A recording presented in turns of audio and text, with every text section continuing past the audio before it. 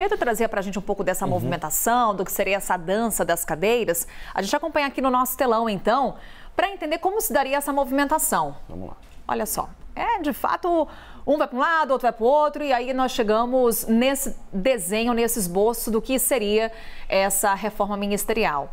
A começar, então, aqui, Leandro, Silvio Costa Filho, o nome do Republicanos, que ocuparia o Ministério de Portos e Aeroportos, que hoje está nas mãos de Márcio França. Aí há uma discussão se Márcio França vai para o Ministério de Ciência e Tecnologia. Essa é uma possibilidade, hein? Para o lugar de Luciana Santos.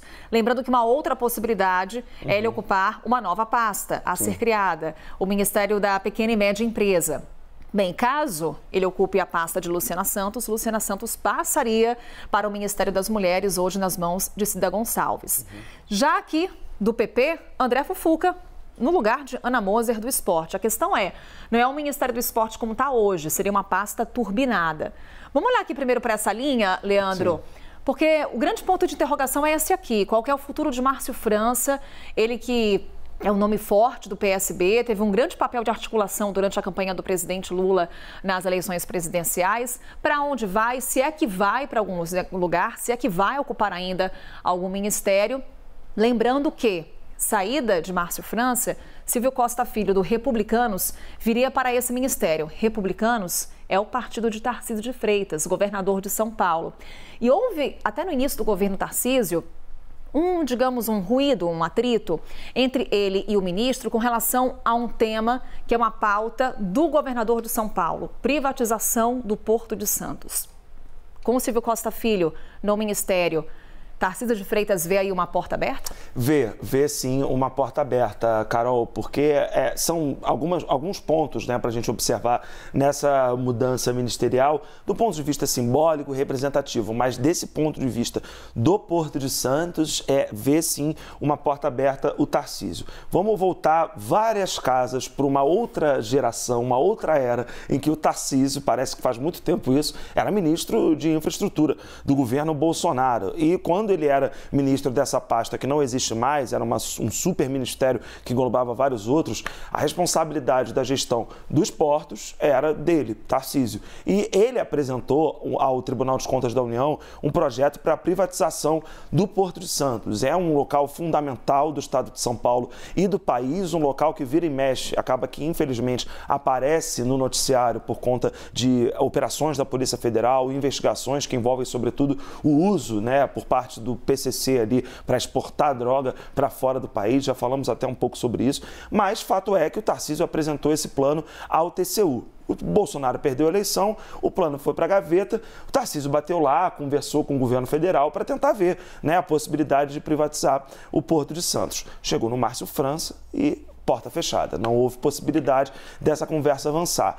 O Ministério de Portos e Aeroportos sendo entregue para o Silvio Costa Filho sinaliza para a gente uma porta entreaberta, no mínimo, né? As lideranças do Republicanos são, em sua grande maioria, em sua totalidade, favoráveis à privatização de uma maneira geral, de um ponto de vista ideológico, e, naturalmente, favoráveis à privatização do Porto de Santos. Então, essa mexida ministerial, ela pode ter, sim, um impacto nesse projeto, que está engavetado desde lá de trás do governo Bolsonaro, que pode, né, com um novo ministro mais permeável a essa ideia, avançar.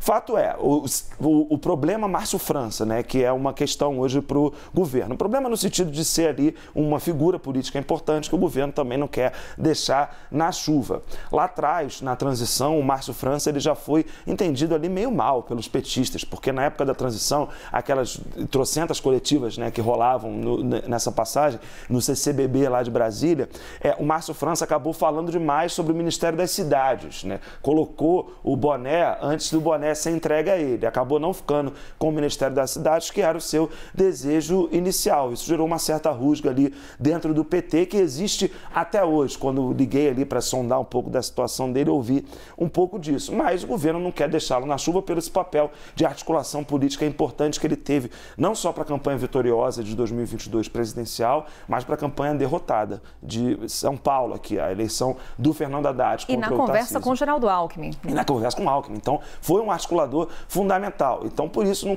o governo não quer deixá-lo na chuva. Só que esse arranjo, né, Carol, de um ponto de vista dessa primeira linha aqui, esse arranjo simbólico, ele significa o seguinte: mais um homem do Centrão entrando no lugar de uma mulher.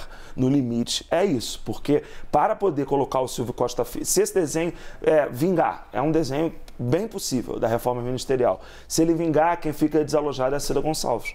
No fim da história, o Márcio França consegue um novo ministério, a Luciana Santos, que é presidente do PCdoB, consegue um novo ministério e menos uma mulher na esplanada. E aí seriam duas, né? Porque olhando duas. Já para a linha de baixo, exato. PP ocupando a vaga, o cargo de Ana Moser, que já teria sido comunicada pelo presidente Lula ontem, como falávamos com o Pedro Nogueira, sobre essa possibilidade de que o presidente vai usar o cargo dela nessa negociação. Um ministério turbinado e lembrando também PP na Caixa Econômica, como a gente falava, não é um ministério, mas tem capilaridade, tem capital, tem uma função social, portanto também chama a atenção do PP.